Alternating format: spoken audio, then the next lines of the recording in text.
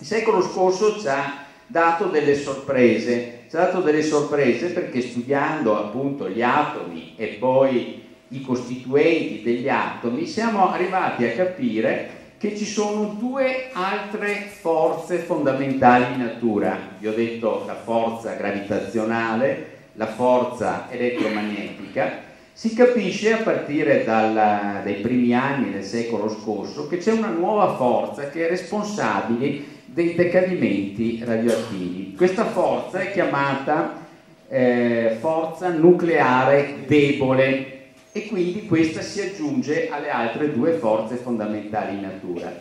Poi si capisce, come vi dicevo, che i nuclei sono fatti da protoni e neutroni che tra di loro devono stare molto vicini, racchiusi in questo nucleo. Ora, come sapete bene, se voi avete due cariche dello stesso segno, tendono a respingersi, giusto? Allora uno dice, ma come fanno tanti protoni a stare l'uno vicino all'altro se questi protoni hanno tutti carica più 1?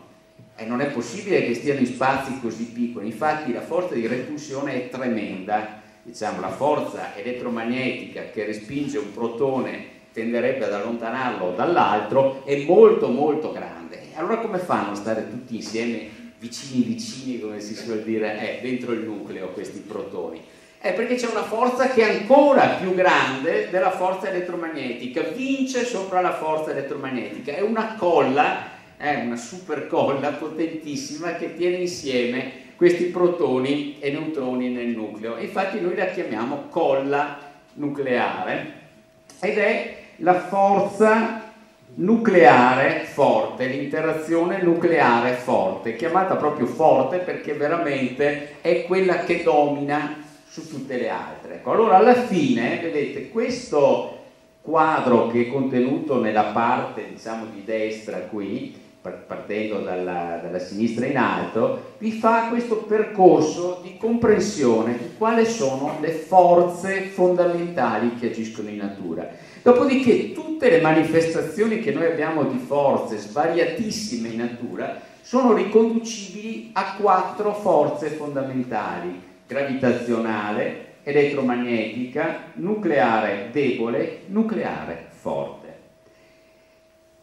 Arriviamo adesso alla seconda metà del secolo scorso, quindi siamo abbastanza vicini, 1967 se volete proprio una data. 1967 è una data importante per noi fisici perché quell'anno nasce un modello che compie il terzo grande passo di unificazione. Vi ho detto del passo della gravitazione, del passo dell'elettromagnetismo. Ecco, qui compare una teoria che unifica, vede sotto una stessa chiave le interazioni elettromagnetiche e le interazioni nucleari deboli.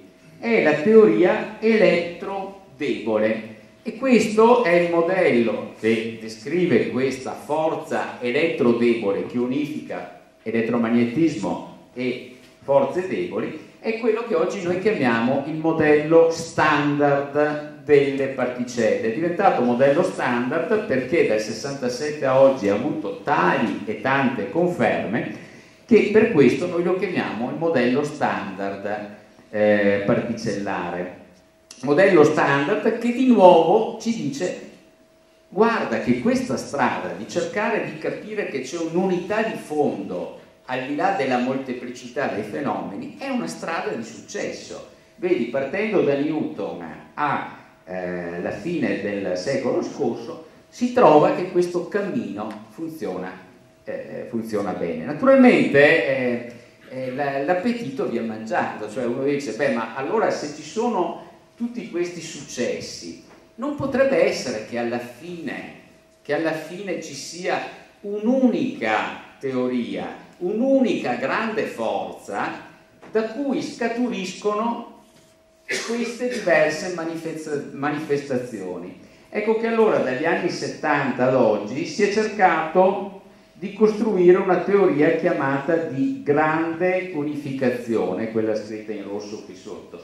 Cosa sono queste teorie di grande unificazione? Sono teorie che cercano di mettere insieme le forze elettrodeboli con la forza nucleare forte. Ecco, allora la teoria di grande unificazione metterebbe insieme tre delle interazioni fondamentali. Ma uno dice, beh, ma guarda, perché ti accontenti di tre? Stai dimenticando la gravitazione. Poveretto Newton è stato il primo che, vi ho detto, ha compiuto questo sforzo di unificazione. Perché non mettere insieme anche la gravità con le altre forze fondamentali? E questo è un percorso molto difficile, perché?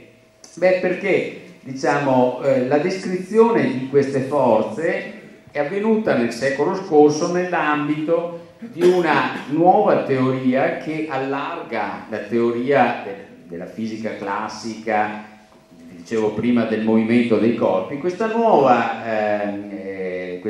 teoria in fisica è chiamata meccanica quantistica. Quindi oggi noi, anziché utilizzare la meccanica classica che parte da Galileo e Newton, utilizziamo la meccanica quantistica. Al tempo stesso, spostate adesso il vostro sguardo, anzi vi guido lo sguardo, eccolo qua, vi spostate qua, allora vedete che da Newton, nella sua interpretazione di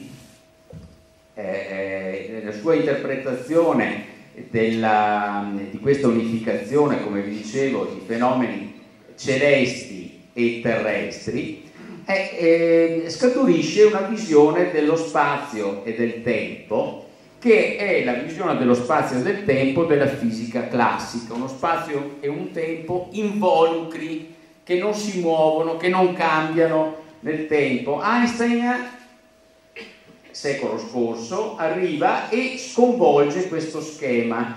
Einstein introduce la teoria della relatività, prima speciale o ristretta e poi la generale, teoria della relatività generale. Ecco, qui avete una visione nuova dove spazio e tempo si rapportano all'osservatore che compie la misura. Ecco, la nostra difficoltà di inquadrare la gravitazione con le altre forze sta proprio nel fatto che per tutto il secolo scorso e ancora adesso continuiamo a lottare con il fatto di mettere insieme la teoria della relatività con la teoria della meccanica quantistica, cioè alla fine noi vorremmo una teoria che sia simultaneamente quantistica e relativistica, quindi che metta insieme le proprietà di queste forze scoperte nel secolo scorso con le proprietà dello spazio e tempo che derivano ancora da Newton, ma poi riviste ed allargate da Einstein.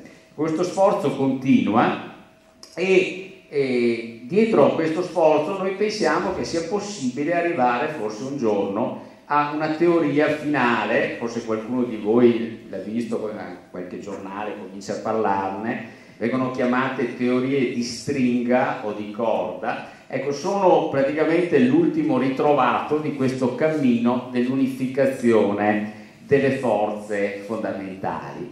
E si lavora molto su questo e io spero che soprattutto qualche giovane possa darci una mano, perché le difficoltà sono molto grosse, ma anche la sfida è molto avvincente.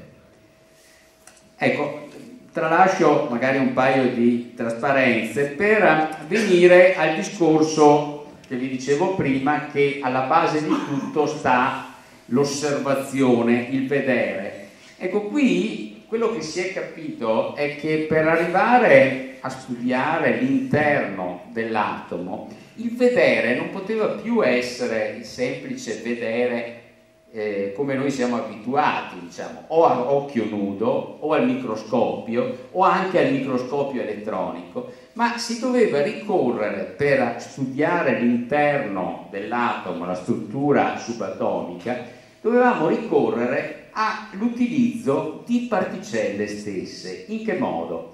Vedete, utilizzando particelle che possono essere ad esempio quei protoni o quei neutroni di cui vi parlavo prima, oppure sempre nell'atomo oltre al nucleo ci sono gli elettroni che girano attorno al nucleo, allora potete fare scontrare ad esempio qui degli elettroni. Ecco, in questi scontri che avvengono tra particelle noi riusciamo a vedere una struttura interna. Come facciamo a vedere in questi urti? In questi urti queste particelle vengono accelerate e portate a una velocità molto alta, molto vicina a quella della luce, non superiore a quella della luce, ma molto vicina a quella della luce. Allora, secondo la teoria della relatività, conoscete bene questa formula, questa è stata definita la formula più famosa del XX secolo, la E uguale mc al quadrato. Cosa ci dice? Ci dice che l'energia, vedete, è equivalente alla massa e la massa a sua volta è equivalente all'energia. Cioè, in altre parole, io posso utilizzare l'energia che hanno queste particelle quando si scontrano per trasformare proprio come facevano gli alchimisti, volevano fare gli alchimisti, per trasformare l'energia di queste particelle nella produzione di nuove particelle che vengono prodotte dopo l'urto. Vedete qui nel disegno c'è una particella verde e una azzurra che si scontrano. La loro energia è molto più grande rispetto alla loro massa, l'energia totale che c'è nell'urto dà luogo a nuove particelle, viene fuori una particella viola che non c'era all'inizio.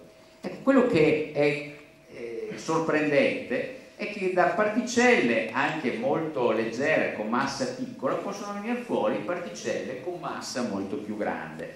Come diceva qualcuno, sarebbe come io faccio scontrare 2.500 e viene fuori, dice cosa? Un tir. No, dice, guarda, come fa? 2.500 le metti insieme, non verrà mai fuori un tir, più viene fuori una 600, ma non può venire fuori un tir quando le faccio scontrare. Ma vedete qui, in questo caso, quello che succede è che le 500, queste particelle piccole piccole che io faccio scontrare, ad esempio può essere un elettrone che si scontra con un antielettrone, oppure un protone che si scontra con un altro protone. Ecco, siccome io le porto a velocità vicine a quelle della luce, loro hanno molta più energia rispetto a questa massa che è molto piccola, ed è proprio questa grande energia che fa sì che in questi urti loro possano produrre addirittura particelle che sono 1000 volte più pesanti delle particelle di partenza, cioè veramente le 2500 alla fine ci danno il tir in questo urto.